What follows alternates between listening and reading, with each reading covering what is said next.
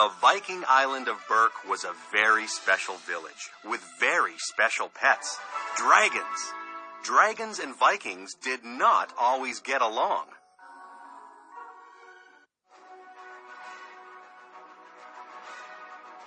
After years of fearing the winged creatures, a young Viking named Hiccup befriended and trained a dragon named Toothless. Toothless was a rare dragon called a night fury, and Hiccup's best friend. Of course, this started a trend. 5 years later, everyone wanted a dragon of their own.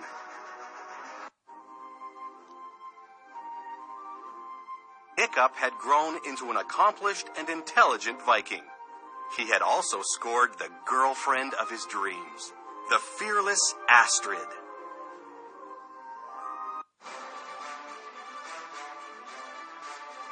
Hiccup's father, Stoic the Vast, was the chief of Berk. Stoic couldn't wait to pass on the role of chief to his son, but Hiccup worried that he wasn't ready to lead the village.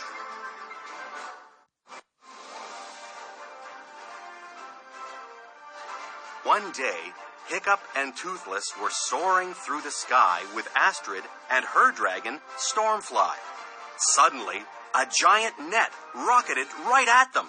Astrid leapt off of Stormfly's back and onto Toothless, avoiding the flying web. But Stormfly was caught. The net pulled Stormfly onto a ship occupied by dragon trappers.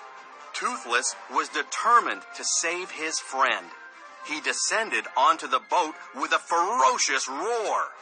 The head trapper, Eret, son of Eret, was overcome with greed.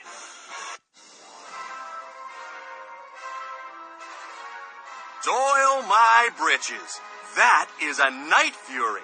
Drago Bloodfist will pay us handsomely to add one of those to his dragon army. But Eret's delight soon turned to dread. Toothless spit fiery blasts at the trappers. They dove fearfully out of the way.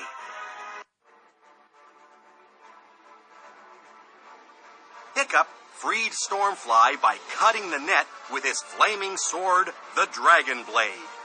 As the four friends made a swift escape, they heard Eret shouting a final threat. Enjoy those dragons while you can! Drago is coming for them all! That evening, Stoic had planned to declare Hiccup the new chief. But Hiccup had something more pressing to report. They were dragon trappers. The guy they work for is building a dragon army. Dargo Bloody Fist or something.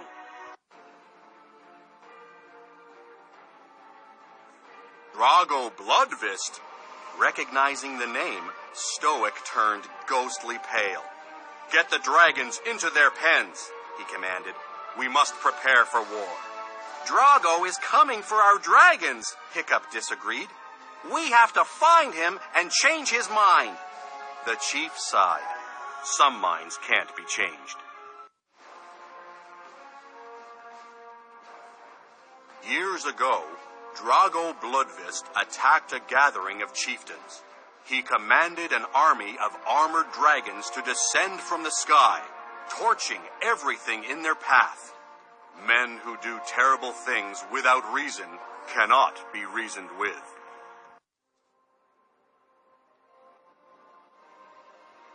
Maybe he can't be reasoned with, but I'm still going to try. Hiccup jumped onto Toothless's back. Stoic pleaded for his son to stay and guard the people of Berk. Remember, Hiccup, a chief protects his own. But Hiccup ignored his father's advice. The pair tore off defiantly into the night sky.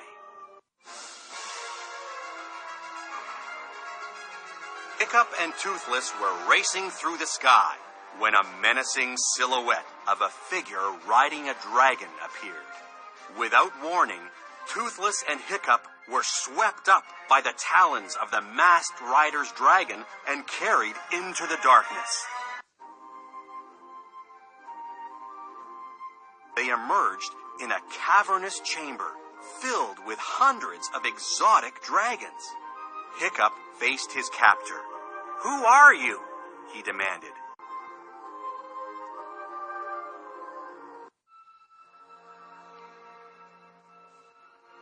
The rider slowly revealed her face. A mother never forgets. Hiccup could not believe his eyes.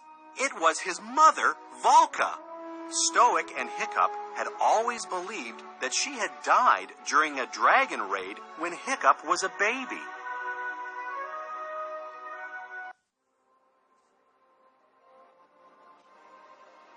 "You've been here for 20 years? "Yes," Volca confirmed. "I always believed that dragons were intelligent, gentle creatures, but no one else on Berk thought peace was possible. I worried that if I returned home with my dragon friends, I would put my family in danger."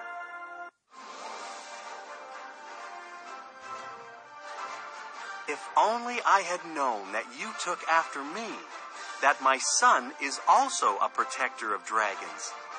Hiccup took in his surroundings. "This is Dragon Mountain," explained Valka, "home of the great Bewilderbeast. He protects us. We all live under his command. All but the dragon babies," she laughed, "who listen to no one."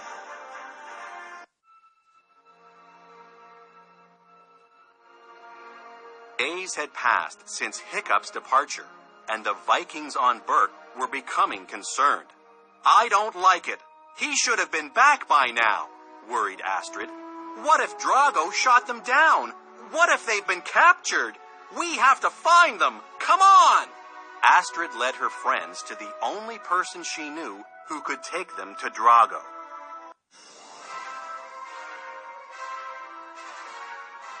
On the trapper's ship, Eret was getting nervous. "We need to deliver Drago some dragons fast!" A swoosh from above rocked the mighty vessel.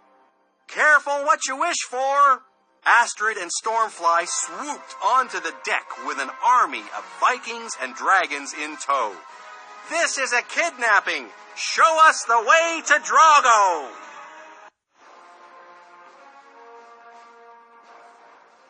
Eret led the gang to a massive flotilla, but they did not arrive unseen.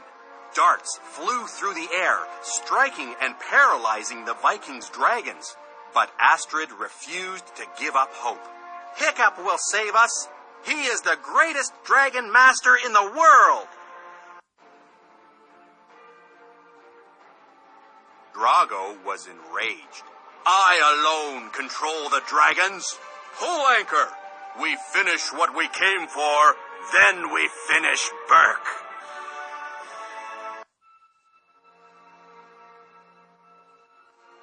On Dragon Mountain, Hiccup told Volca about his plan to reason with Drago.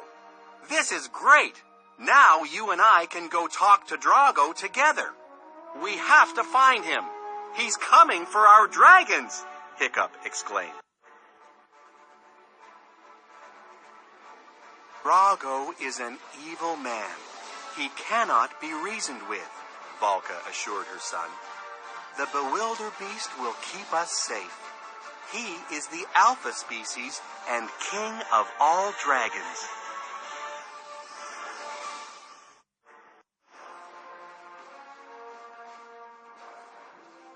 Heavy booms reverberated through Volca's fortress.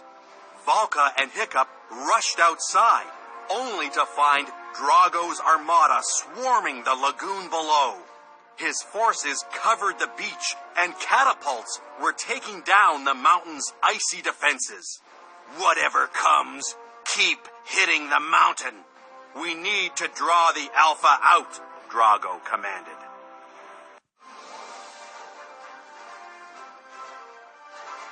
Astrid and her team of dragon riders escaped from Drago's ship and joined the battle. Volca soared through the towering spikes of ice on her dragon, Cloud Jumper.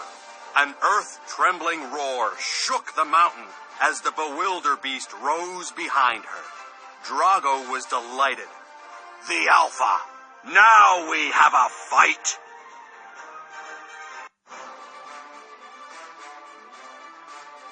You cannot take our dragons, Valka yelled.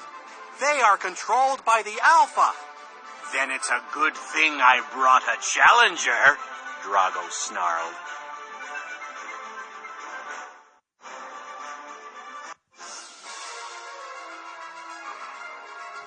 A massive chain rose from the water and torpedoed toward the surface. It was a second Bewilderbeast. With a devastating swipe, Drago's Bewilderbeast defeated Valka's and became the new Alpha.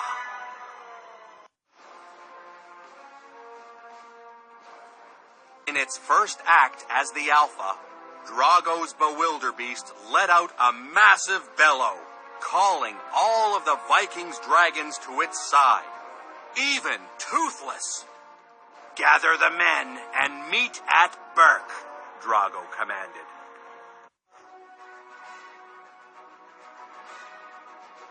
Hiccup mustered all his courage. I have a plan, he announced. We're going back.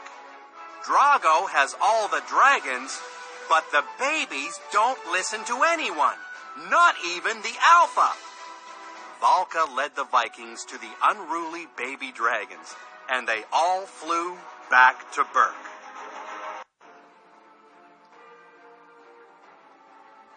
When Hiccup and the others arrived on Berk, all of Berk's dragons had fallen under the spell of Drago's evil Bewilderbeast. Distract the Alpha, Hiccup shouted. Try to keep his focus off of Toothless. Drago rode on the back of Toothless, who was entranced by the Bewilderbeast's power. He's not yours anymore, Drago snapped, swinging a massive bullhook. But please, oh great Dragon Master, try and take him.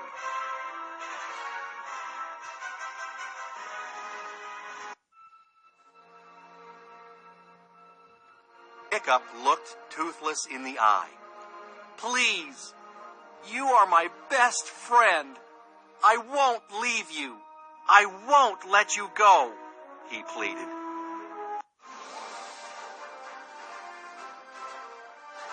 The loyal dragon snatched the bullhook in his jaws and pulled hard, hurling Drago from his back with a rumbling growl. The vanquished enemy leapt back onto the Bewilderbeast and swam far away into the misty ocean, never to be seen or heard from again.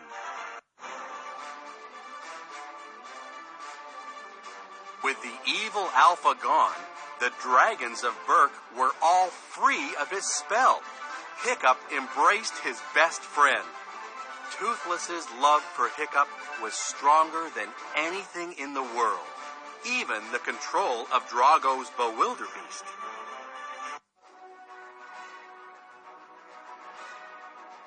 The citizens of the island applauded Hiccup for his bravery.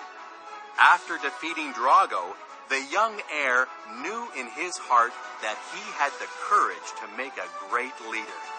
Hiccup accepted the title of chief with humility and pride.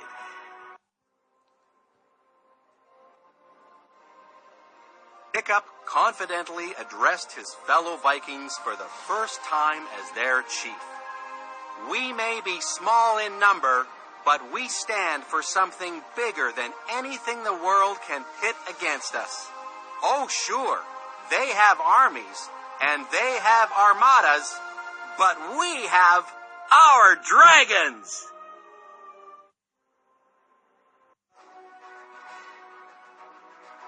The end.